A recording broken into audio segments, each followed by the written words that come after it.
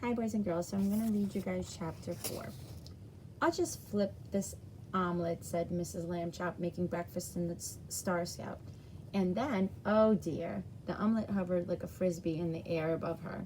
Mostly, however, after weeks in space, the Lambchops remembered that gravity, the force that held things down, did not exist beyond Earth. There's a picture.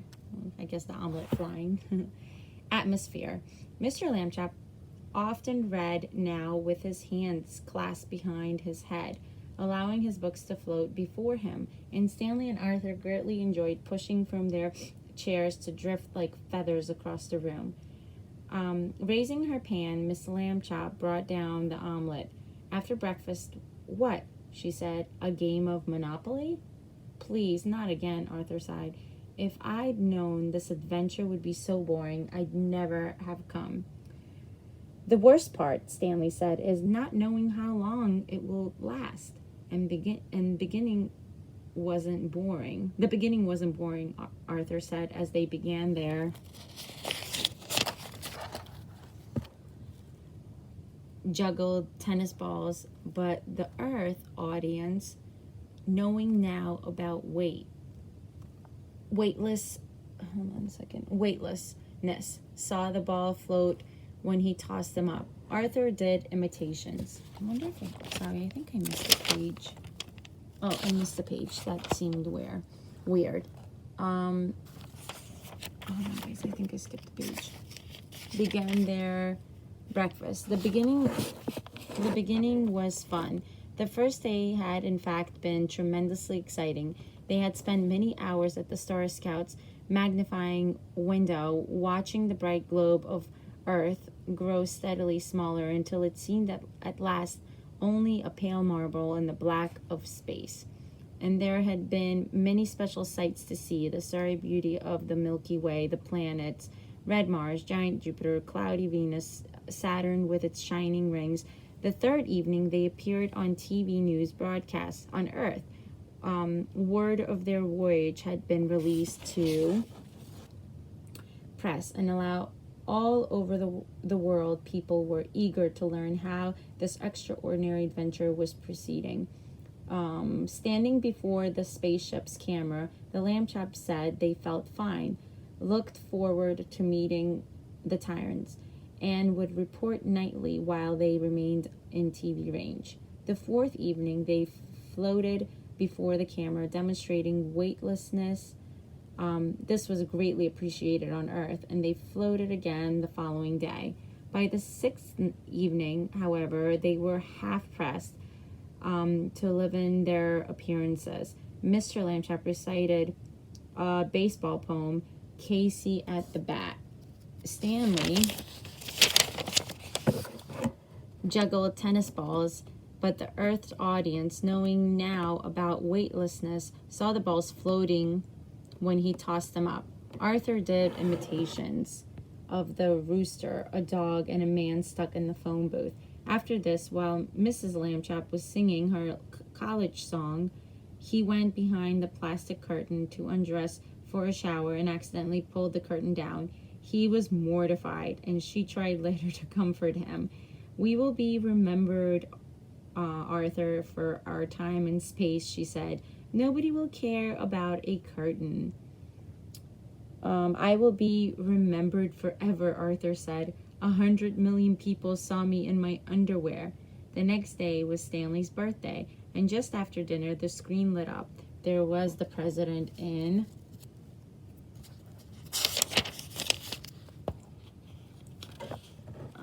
his shirt sleeves behind his desk in Washington, D.C. Well, here I am, working late again, the president said. It's a tough job, believe me. Happy birthday, Stanley Lambchop. I've arranged a surprise. First, your friends from school. There was a silence for a moment, broken only by the clearing of the throats, and then, from all the millions of miles away, came the voices of Stanley's classmates singing, Happy birthday, dear Stanley. Happy birthday to you. Stanley was tremendously pleased. Thanks, everybody, he said. You too, Mr. President. That was just the USA part, said the president. Ready over there in London, Queen? We are indeed, the Queen's voice said cheerfully. And now, Master Lambchop, our famous Westminster Boys' Choir.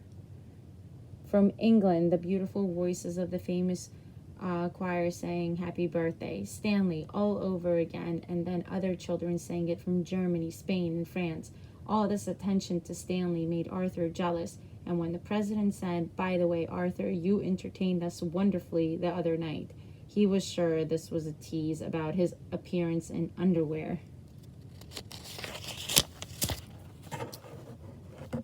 But he was wrong. Those imitations, the president said, especially the fellow in the phone booth, darn good. Indeed, the Queen added from England, we were greatly amused. Oh, thank you, said Arthur, cheered I. The screen had gone blank. They had traveled too far. There would be no more voices from Earth.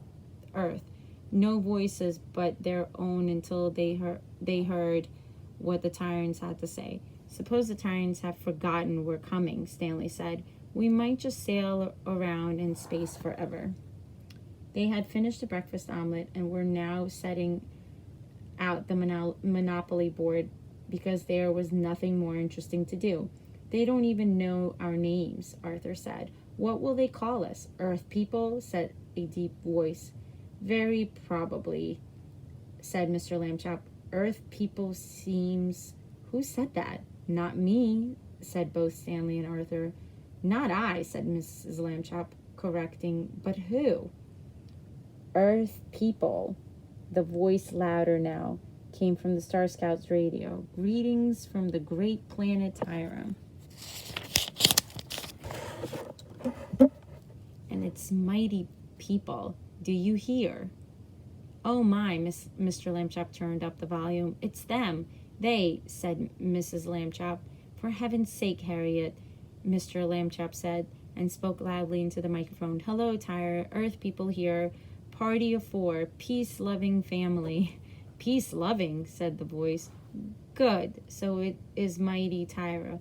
Where are you, Earth people? Stanley checked his star maps. We're just where the tail of Ralph's Comet meets star number 3,047. Now what?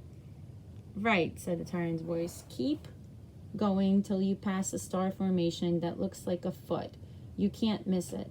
Then just past a lopsided little white moon. Start down. You'll see a pointing mountain, then a big field. Land there. See you soon, Earth people. You bet, Mr. Lambchop said, and turned to his family. The first contact with another planet. We are making history. They passed the foot-shaped star formation, then the lopsided moon, and Stanley piloted the Star Scout down. The darkness of space vanished as it descended, and at last the Lambchop saw clearly the planet it had taken so long to reach.